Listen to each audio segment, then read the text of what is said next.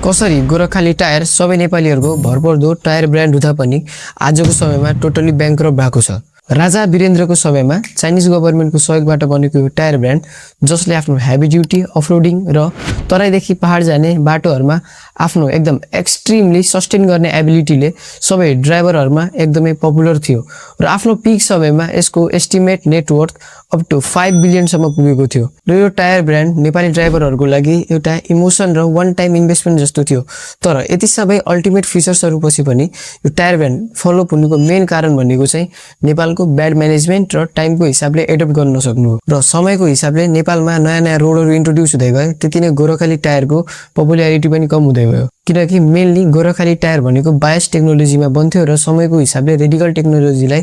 आफूले एडाप्ट गर्न नसकेको कारणले आजको समयमा फ्लप भएको छ। कसरी गोरखाली टायर सबै नेपालीहरूको भरपर्दो टायर ब्रान्ड हुँदा पनि आजको समयमा टोटली ब्याङ्क्रप्ट भएको छ। राजा वीरेन्द्रको समयमा चाइनिज गभर्मेन्टको सहयोगबाट बनेको यो टायर ब्रान्ड जसले आफ्नो हेभी ड्युटी अफरोडिङ र तराईदेखि पहाड जाने बाटोहरूमा आफ्नो एकदम एक्सट्रिमली सस्टेन गर्ने एबिलिटीले सबै ड्राइभरहरूमा एकदमै पपुलर थियो र आफ्नो पिक समयमा यसको एस्टिमेट नेटवर्थ अप टु 5 बिलियनसम्म पुगेको थियो र यो टायर ब्रान्ड नेपाली ड्राइभरहरूको लागि एउटा इमोसन र वान टाइम इन्भेस्टमेन्ट जस्तो थियो। तर यति सबै अल्टिमेट फिचर्सहरू पछि पनि यो टायर ब्रान्ड फलोअप हुनुको मेन कारण भनेको चाहिँ नेपालको ब्याड म्यानेजमेन्ट र टाइमको हिसाबले एडप्ट गर्न नसक्नु र समयको हिसाबले नेपालमा नयाँ नयाँ रोडहरू इन्ट्रोड्युस हुँदै गयो, त्यति नै गोरखाली टायरको पपुल्यारिटी पनि कम हुँदै गयो किनकि मेनली गोरखाली टायर भनेको बायस टेक्नोलोजीमा बन्थ्यो र समयको हिसाबले रेडिकल टेक्नोलोजीलाई आफूले एडाप्ट गर्न नसकेको कारणले आजको समयमा फ्लप भएको छ।